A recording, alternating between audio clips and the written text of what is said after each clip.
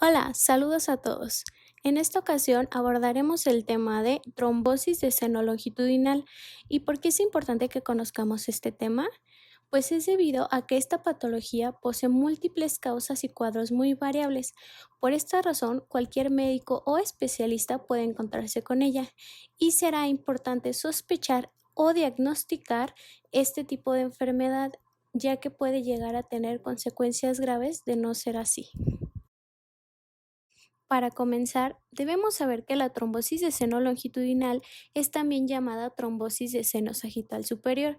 Este nombre es debido a su localización, que más adelante veremos con más detalle.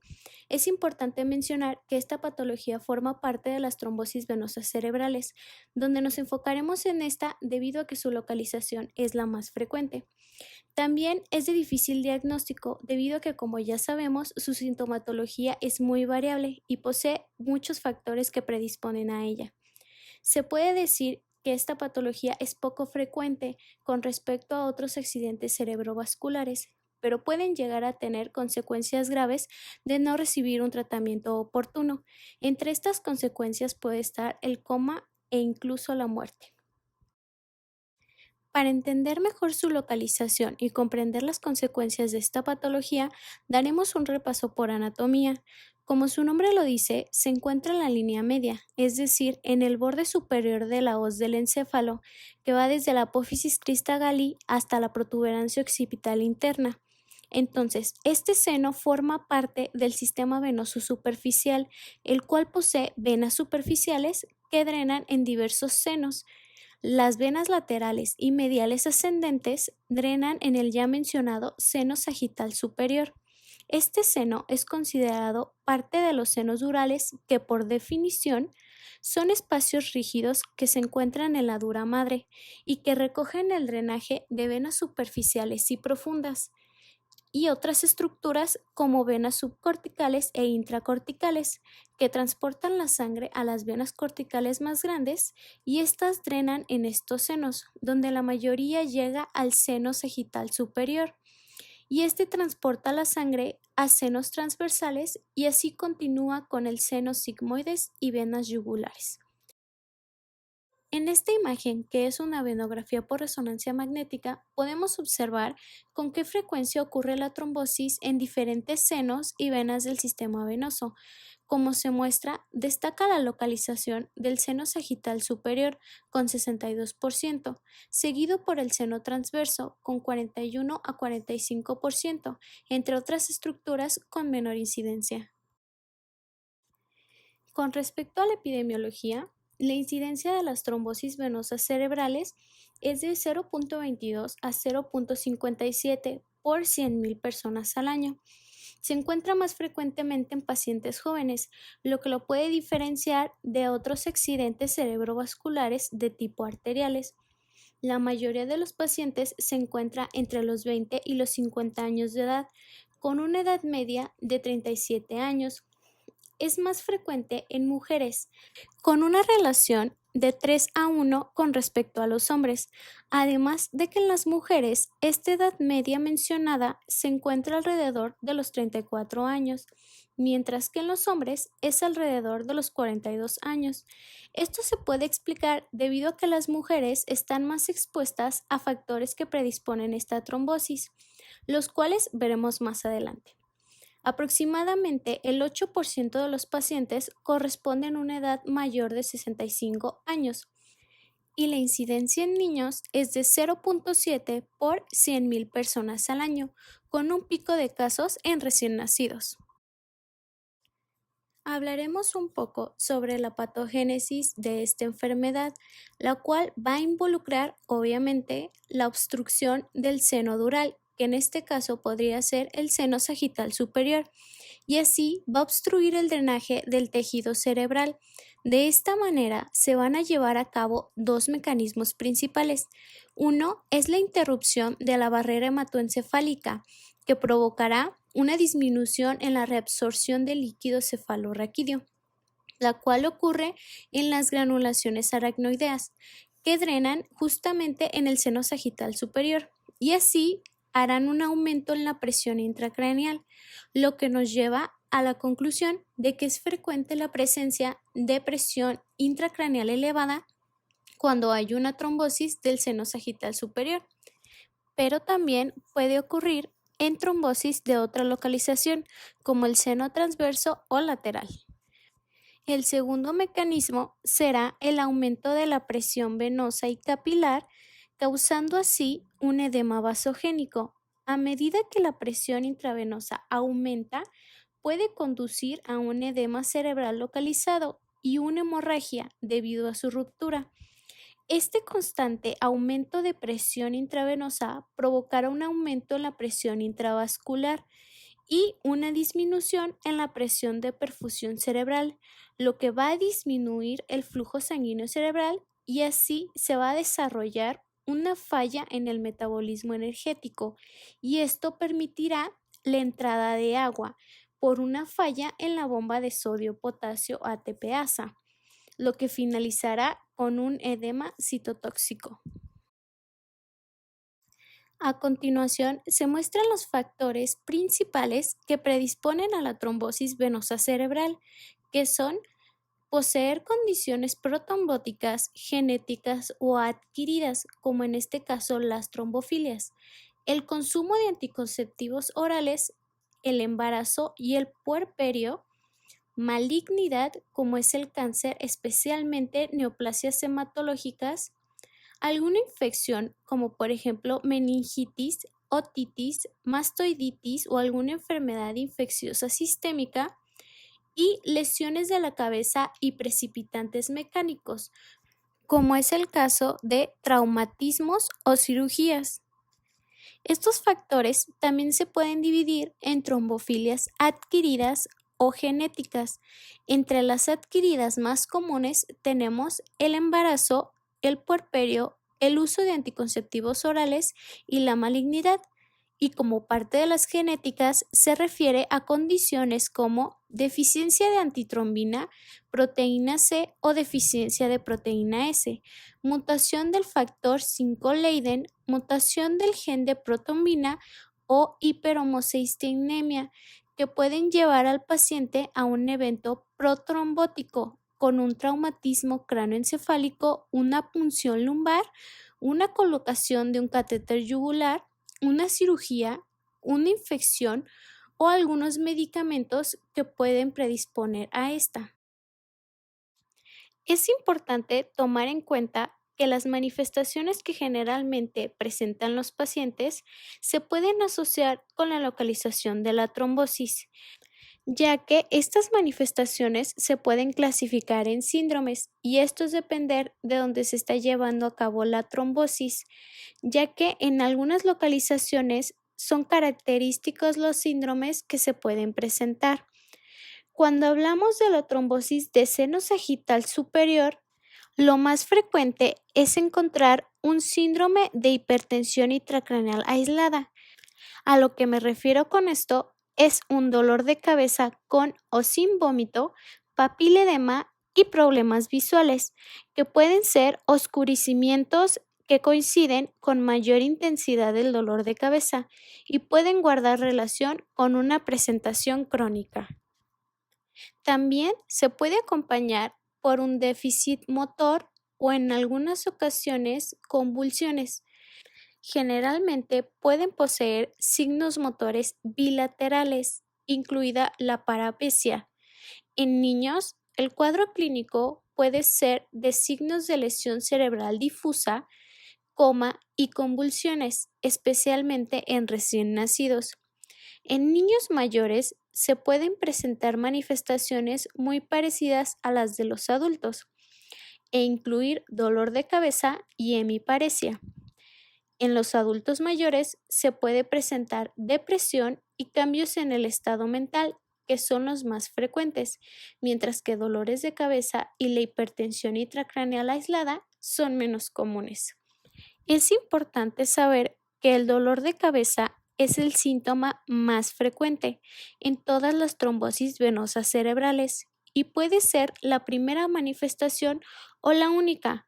Incluso puede aparecer después de otros signos y síntomas y después de días o semanas. puede ser localizado o difuso. Puede aumentar durante varios días o en algunos pacientes puede ser de inicio repentino y explosivo e incluso puede asemejar una migraña con aura. Por estas características, esta patología puede asemejar una hemorragia subaracnoidea. Durante la exploración física se puede observar edema y venas dilatadas del cuero cabelludo. Lo característico del dolor de cabeza causado por hipertensión intracraneal será dolor que empeora con maniobras de Valsalva y con la recumbencia. Entonces, ¿cuándo debemos sospechar de una trombosis venosa cerebral?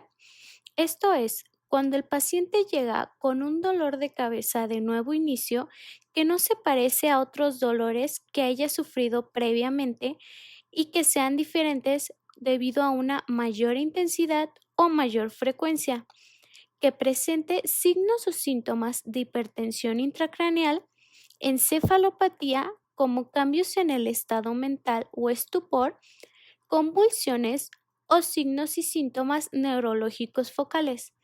Todos estos síntomas nos deben de llevar a realizar un estudio de imagen para buscar características atípicas como el edema que se asocien a la trombosis que estamos buscando. Generalmente, esto nos lleva a un estudio inicial que es la tomografía computarizada, aunque se considera más sensible la resonancia magnética y la mejor manera de diagnosticar la trombosis. Entonces, en esta se observará la ausencia del flujo venoso y la presencia de un trombo, como se muestra en la imagen de la derecha, en este caso ocluyendo el seno sagital superior. Una alternativa a estas puede ser la venografía por resonancia magnética o por tomografía computarizada, que mostrará ausencia del flujo en un seno venoso o cortical, como se indica en la imagen de la izquierda, que revela una disminución del flujo en el seno sagital superior. Otra opción, en caso de no contar con los recursos previos, es la angiografía intraarterial, donde se observan defectos en el llenado, aumento de la pared sinusal y elevación del drenaje venoso colateral, que como ya sabemos se debe a que cuando inicia el incremento de la presión venosa por la obstrucción de la sangre, ésta se obliga a regresar a los pequeños vasos. Entonces se proporciona circulación colateral para compensar temporalmente la hipertensión intracraneal. Sin embargo, llega un momento en el que se vuelve insuficiente y se desencadenan todos los mecanismos ya mencionados previamente. Cabe destacar que la resonancia magnética puede ayudarnos a observar el tamaño de la lesión cerebral. Además de que sus hallazgos pueden ser muy variables, se puede incluir el signo de la vena hiperintensa.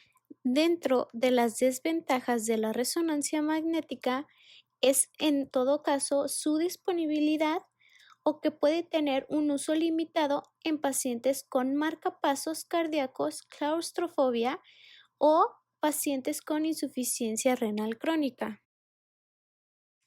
En el 30% de los pacientes, en su tomografía computarizada inicial, esta se mostrará normal o con hallazgos muy inespecíficos, mientras que en aproximadamente un tercio de estos pacientes se encontrarán con signos directos de trombosis venosa cerebral, como es el signo del cordón, que se mostrará en la tomografía computarizada con contraste.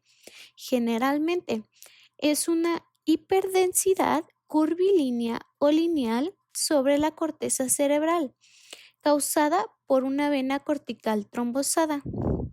Otro signo es el signo del triángulo denso, visto en la tomografía computarizada sin contraste, como una hiperdensidad de una forma triangular o redonda en la parte posterior del seno sagital superior, que es causada por el trombo venoso del que estamos hablando. Y por último, el signo de delta vacío, también llamado triángulo vacío o signo delta negativo, que se observará en la tomografía computarizada con contraste como un patrón triangular que rodea una región central que carece de realce de contraste en la parte posterior del seno sagital superior y tiende a encontrarse en este diagnóstico. Con respecto a los laboratorios, no hay una prueba confirmatoria, ya que se necesita un estudio de imagen, como ya lo vimos.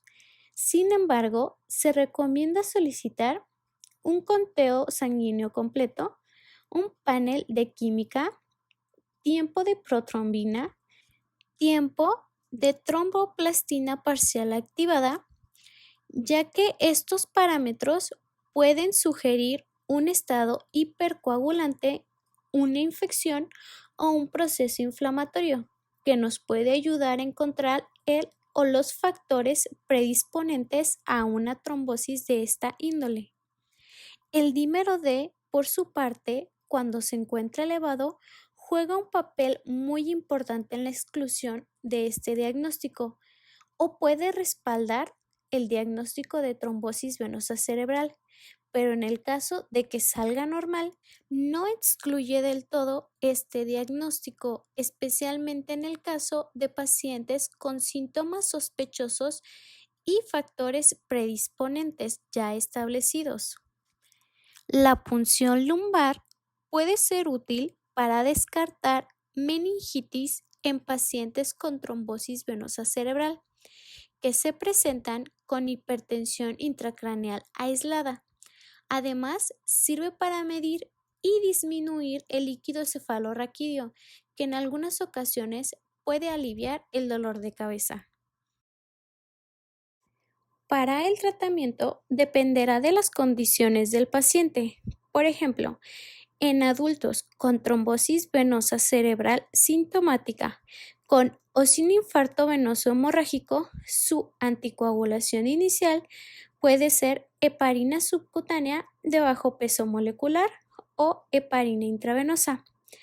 Pasando a la fase aguda del padecimiento, se puede continuar con antagonistas de vitamina K. En los niños mayores a 28 días, con o sin hemorragia secundaria significativa, se puede iniciar con heparina de bajo peso molecular o heparina intravenosa. Y en recién nacidos se recomienda igualmente heparina de bajo peso molecular o heparina no fraccionada. Para las situaciones especiales de los pacientes donde se presenten convulsiones y lesiones cerebrales focales, se puede tratar con valproato o levetiracetam. En caso de que se continúe o empeore el dolor de cabeza por la hipertensión intracraneal, se puede sugerir elevar la cabecera de la cama, sedar de manera leve si es necesario, utilizar una terapia osmótica con solución salina hipertónica o manitol o una hiperventilación con una presión parcial de CO2 objetivo de 30 a 35 milímetros de mercurio. Para el caso de que exista malignidad comórbida, pueden ser útiles las heparinas de bajo peso molecular. Para el caso de insuficiencia renal, puede ser útil la warfarina, mientras que en la mujer embarazada se pueden utilizar las heparinas. Se considera un caso especial cuando una embarazada tiene antecedentes de trombosis venosa cerebral, ya que en estos casos se debe utilizar una anticoagulación temporal con heparina de bajo peso molecular que se pueda dar durante el embarazo y hasta 8 semanas después del parto. En general, después de una terapia inicial y sintomática y posterior a la fase aguda del padecimiento, se puede considerar el uso de dabigatran a 150 miligramos por 2 veces al día o warfarina ajustado a un índice normalizado internacional con un rango de 2 a 3.